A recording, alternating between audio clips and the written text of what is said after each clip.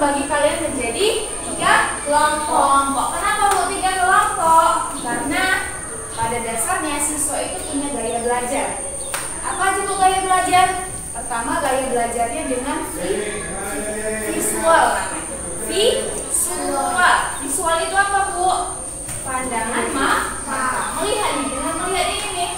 Ada siswa yang suka begini. Oh, dia lebih paham kalau melihat ada gambar, ada lukisan. Nah, itu gaya visual. Ada yang gaya auditori. Apa ini pakai alat indera? Kuping, telinga. Berarti mendengar. Makanya sekarang banyak istilah podcast. Pernah dengar podcast? Pernah Bu. Iya.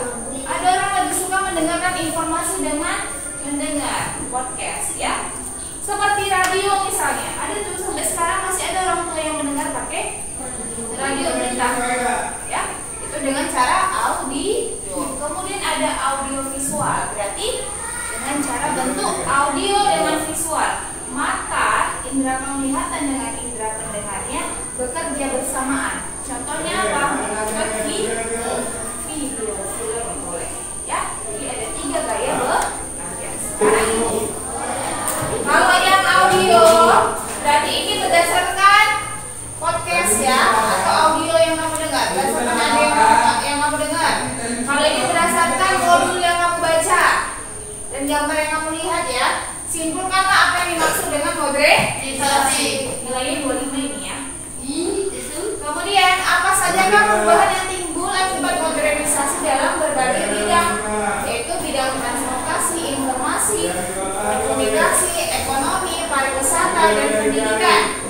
Nomor 4, tuliskanlah dampak positif yang terjadi pada modernisasi. Nomor 3 ya, nomor 4-nya dampak negatifnya. Ini negatif ya. Ini yang harus kamu kerjakan. Ini ditulis di selembar kertas ya, dikumpul sampai itu, oke?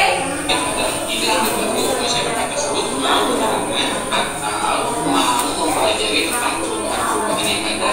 Yang kedua, masyarakat modern biasanya memiliki ketergantungan yang tinggi terkait yang pertama meningkatnya produktivitas kerja. Nah, dengan digunakannya teknologi bagi bidang kehidupan, barang yang dihasilkan oleh manusia bisa lebih banyak. Pada masyarakat modern, mereka bersuka menggunakan budaya barat maupun budaya-budaya lain dari luar negeri. Kenapa? Karena teknologi sekarang mempermudah proses. Teknologi seperti handphone, laptop, televisi, mobil, dan pesawat. ditulis Bu.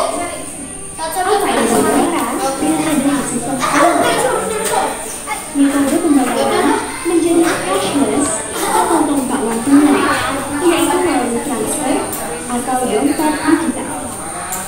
Contoh modernisasi di bidang pendidikan adalah mencari materi belajar melalui internet dan pembelajaran. Masyarakat global semula irasional menjadi rasional. Tingkat kehidupan manusia menjadi lebih baik karena berkembangnya proses industrialisasi. Tapi dibanding dampak positif, pasti ada dampak negatif. Seperti modernisasi, yaitu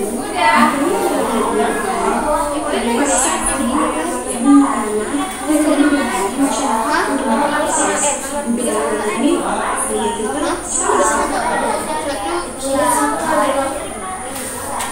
munculnya budaya idealisme dan masyarakat kerja, berkembangnya pemikiran nasional, kegiatan ekonomi berbasis pada proses produksi, distribusi, dan konsumsi. Jadi, apa sih dampak modernisasi itu? Modernisasi adalah mulai dari dampak positif, yaitu adanya transfer teknologi dari negara maju pada negara berkembang, sehingga semakin dimengerti. Sampaikan materinya. Satu, berdasarkan audio yang kamu dengar, simpulkan apa yang dimaksud modernisasi. Materi 1. Di sebelah kanannya lagi ada Ayu Safira sebagai materi 2. Modernisasi informasi dan komunikasi. Kami akan mempresentasikan modernisasi. Di sebelah kanan saya ada. Suka dengan pembelajaran ini, Bu. Waktu presentasinya saya suka. Tidak banyak pertanyaan yang di luar nalar, Bu. Oh, terus kesimpulan pembelajarannya hari ini gimana? Menurut kamu kesimpulannya dari materi semuanya, coba dirangkum menjadi satu. Modernisasi itu apa? Apa yang kamu pelajari dari modernisasi?